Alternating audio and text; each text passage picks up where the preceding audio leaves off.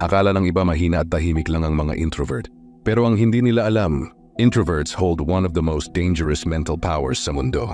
Ayon sa itim na psychology, una sa lahat tahimik lang sila. Pero sobrang observant habang abala ang iba kakadaldal.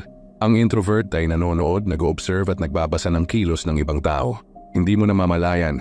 Alam na nila kung sinong plastic, sinong totoo at sinong delikado. Pangalawa, marunong silang mag-control ng kanilang emotions. Sa pinakaloob nila ay parang kinakabahan na sila. Pero sa panlabas nila ay sobrang kalmado lang nila. Ito ang tinatawag na emotional masking. Sila mismo ay kontrolado na ang kanilang sariling emosyon. Pag ikaw ang na-trigger nila, ikaw mismo ang natalo nila sa laro mo. Pangatlo, hindi sila takot sa pagiging mag-isa.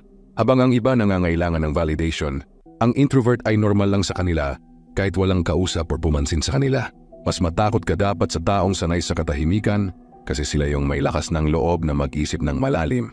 Magplano ng malupit at mag-strategize ng hindi mo nahahalata. Pang-apat, marunong silang makinig sa bawat kwento mo. Tinatandaan nila ang pattern ng behavior mo.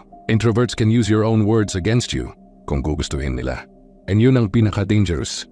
Kaya next time na may makita kang tahimik lang sa gilid, huwag mo silang maliitin. Dahil sa likod ng katahimikan nila, ay may isang isip na laging nanonood, laging nagmamatiyag at laging handa.